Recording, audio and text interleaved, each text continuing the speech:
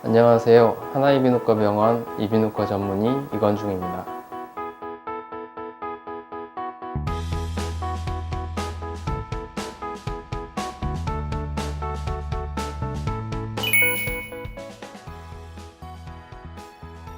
알레르기 비염은 발작적인 반복성 재채기, 맑은 콧물, 코막힘을 주증상으로 하는 질환으로 알레르기를 일으키는 원인 물질인 항원이 코점막을 자극하여 생기는 질환입니다. 알레르기 비염을 유발하는 항원은 매우 다양한데 진먼지 진드기가 가장 흔하고 꽃가루, 곰팡이, 개와 고양이 같은 동물의 털이나 분비물이 알레르기 비염을 일으킵니다. 우리나라에서는 진먼지 진드기 알레르기가 가장 많고 꽃가루와 동물에 대해 알레르기가 많은데요.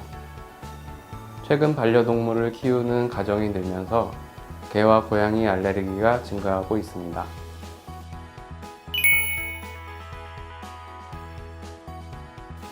알레르기 비염의 대표적인 증상은 발작적인 재채기를 연속적으로 하고 이어서 맑은 콧물과 코막힘이 나타납니다.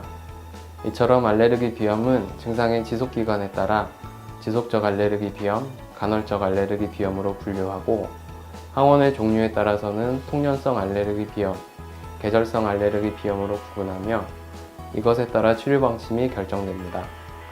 간혹 알레르기 비염과 감기 증상을 헷갈려하는 분도 있는데요. 감기는 초기에 열과 인두통, 전신 피로감이 나타나지만 알레르기 비염은 이런 증상이 없습니다. 또한 감기와는 달리 눈이나 코의 가려움증이 동반 증상으로 나타나는 경우가 많습니다.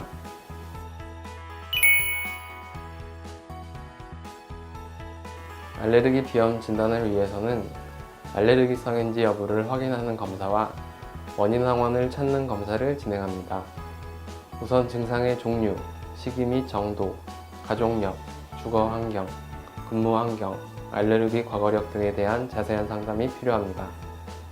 이후 비경과 코 내시경을 통해 비강을 직접 관찰해 비강 점막의 염증 정도와 비염을 유발하거나 악화시킬 수 있는 비중격 망곡증 여부를 파악합니다.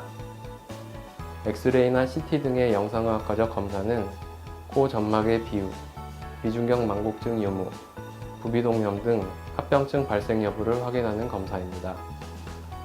다음으로 알레르기 비염을 유발하는 항원이 무엇인지 알아보는 피부 반응 검사나 혈액 검사를 시행합니다.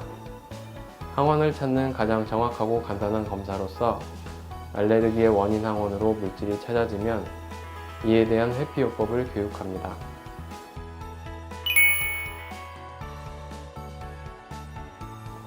알레르기 비염 치료 방법에는 크게 4가지로 회피요법, 약물치료, 면역치료, 수술치료가 있습니다.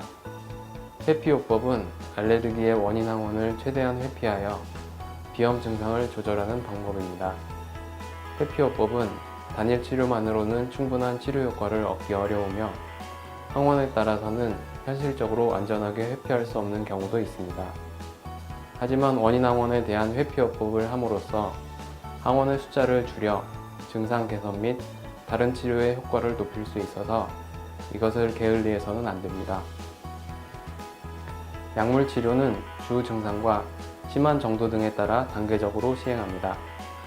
치료하는 약제는 항히스타민제, 스테로이드제, 점막 수축제 등이 있습니다.